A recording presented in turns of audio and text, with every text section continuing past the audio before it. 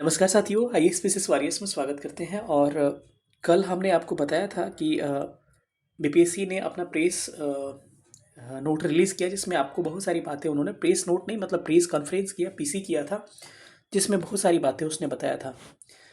जिसमें उसने बताया था कि अप्रैल में क्या होगा, आपका मेंस का एग्ज़ाम होगा और अभ्यर्थियों का जो भी तर्क दिया जा रहा है कोई भी तर्क सही नहीं है और री एग्ज़ाम नहीं होगा किसी भी कीमत पर। ठीक है, किसी भी सूरत में री एग्ज़ाम नहीं होगा। जिसके बाद से लगा था कि आंदोलन कमज़ोर पड़ जाएगा और ये सत्याग्रह काफ़ी कमज़ोर पड़ जाएगा, लेकिन बिल्कुल नहीं। माननी पड़ेगी अभ्यर्थियों को, स्टूडेंट को। और मतलब कि गज़ब का जज्बा दिखाया उन्होंने। और आज फिर से एक प्रकरण हुआ जो कि कोई सोच भी नहीं सकता था।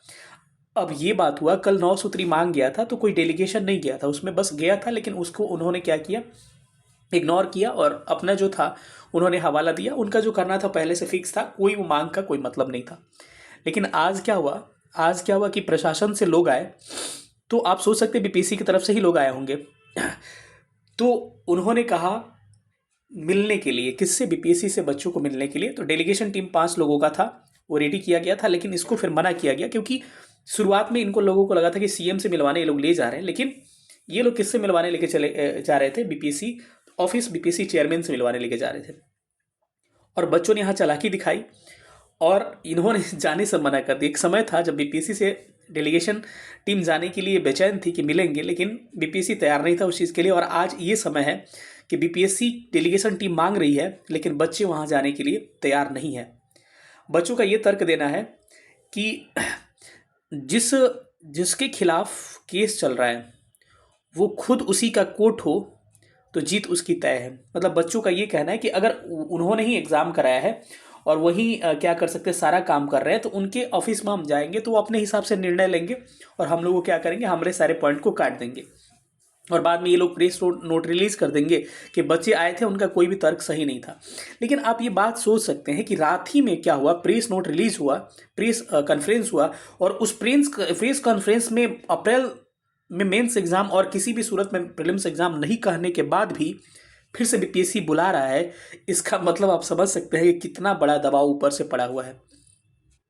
और सबसे बड़ा, हम देखिए, कोई भी राजनीतिक दल या किसी से हम लोग को मतलब नहीं है, लेकिन हाँ, एक चीज़ का बड़ा पॉजिटिव इम्पैक्ट पड़ा है। प्रशांत किशोर जी जो आए थे, हम लोग किसी पार्टी से पौवा से मतलब नहीं रखते, लेकिन प्रशांत किशोर जी जो आए थे उन्होंने क्या कहा कि हम सीएम से मिलेंगे 12 बजे। तो इससे क्या होता है ना कि जो पार्टी, अभी देखिएगा कि अभी एक ऐसा समय चल रहा है कि दो राजनीतिक दल है, जदयू है और आरजेडी है, ठीक है, और एक तीसरा जन स्वराज आ रहा है। तो युवा के लिए जन स्वराज भी, मतलब युवा जन स्वराज के विचारधारा पे ज़्यादा सपोर्ट करते हैं। तो कहीं ना कहीं, अब ये मत समझिए मैं राजनीति बात कर रहा हूँ यहाँ पर, कहीं ना कहीं इस चीज़ का फर्क पड़ा है, कोई माने या नहीं माने, कि हमारा जो वर्तमान गवर्नमेंट है उसको ऐसा लग रहा है कि ऐसा ना हो कि प्रशांत किशोर आके मिले नीतीश कुमार से, हमारे माननीय मुख्यमंत्री से, और री एग्ज़ाम कराया जाए और एग्ज़ाम कैंसिल किया जाए, तो पूरा श्रेय चला जाएगा किसको, प्रशांत किशोर को। हमको किसी का श्रेय जाए हमको मतलब नहीं है, हम लोगों को बस अपना जो मकसद है वो पूरा करना है, अपना री एग्ज़ाम का मकसद पूरा करना है। तो अब क्या किए, गवर्नमेंट का ही ये इनिशिएटिव था, बीपीएससी नहीं, गवर्नमेंट का बीपीएससी पे दबाव पड़ा है और बीपीएससी को कहा गया कि अपना डेलीगेशन टीम, प्रशासन को भेजा गया बीपीएससी की तरफ। उसमें अन्नू जी जो है आपकी, मुझे लग रहा है कि एसपी हैं, जो भी होंगी, और एसडीएम वगैरह गए थे वहाँ पर और बच्चों को बार बार कह रहे थे कि चलिए 5 गो डेलीगेशन टीम लेके चलिए, वहाँ आपसे बीपीएससी के चेयरमैन से मिलवा रहे हैं। लेकिन बच्चों ने सीधे मना कर दिया, बोले कि नहीं, हमको नहीं मिलना डेलीगेशन टीम से, आपको क्या करना है, हमको सीधे मिलना है किससे, नीतीश कुमार जो हमारे माननीय मुख्यमंत्री है, हमारी बात वहीं सुन सकते हैं। ठीक है। और सबसे बड़ी बात ये रही कि उनके मुंह पे ही, प्रशासन के मुंह पे ही, इतना बड़ा प्रशासन था, उनके मुंह पे ही बीपीएससी जो चेयरमैन है, हम नहीं बोलेंगे अब यहाँ पर, उनके खिलाफ क्या क्या नारे लगाए गए। ठीक है। और वो लोग कुछ नहीं रहे थे, ऐसे अवाक होकर देख रहे थे। तो कहीं ना कहीं प्रशासन का दबाव पड़ रहा है कि आज 10-11 दिन हो गए, बच्चे अपना जिद पे अड़े हुए हैं और हारने के लिए तैयार नहीं है। और कल बीपीएससी प्रेस कॉन्फ्रेंस का सीधा एक मकसद था कि जब बीपीएससी दबाव में आता है, वो प्रेस कॉन्फ्रेंस रिलीज करता है, उसका रीज़न ये होता है कि बच्चे टूट जाए, जैसे कि मैं खुद टूट गया था कल रात में। क्योंकि इतना यार अथक प्रयास करने के बाद से फिर लगता है, लेकिन फिर से जो ये चीज़ें दिख रही है, फिर एक तरह से एनर्जी आ रहा है और हर पहलू और हर कदम पर हम लोग साथ देने के लिए तैयार हैं। ठीक है, जो भी चीज़ें उसके बाद से तुरंत डिबेट हुआ था, बीजेपी के जो प्रवक्ता थे उनको लाया गया था और तरह का डिबेट हुआ था। तो फिर एक बड़ी सी आस जगी है और कहीं ना कहीं ये पहली बार हमारे वर्तमान सरकार के तहत से क्या होती है, डेलीगेशन टीम सरकार की तरह से ही हम कहेंगे, क्योंकि बीपीएससी अपना डेलीगेशन टीम नहीं भेजने वाला है, क्योंकि मैं खुद देख चुका हूँ इनका रवैया।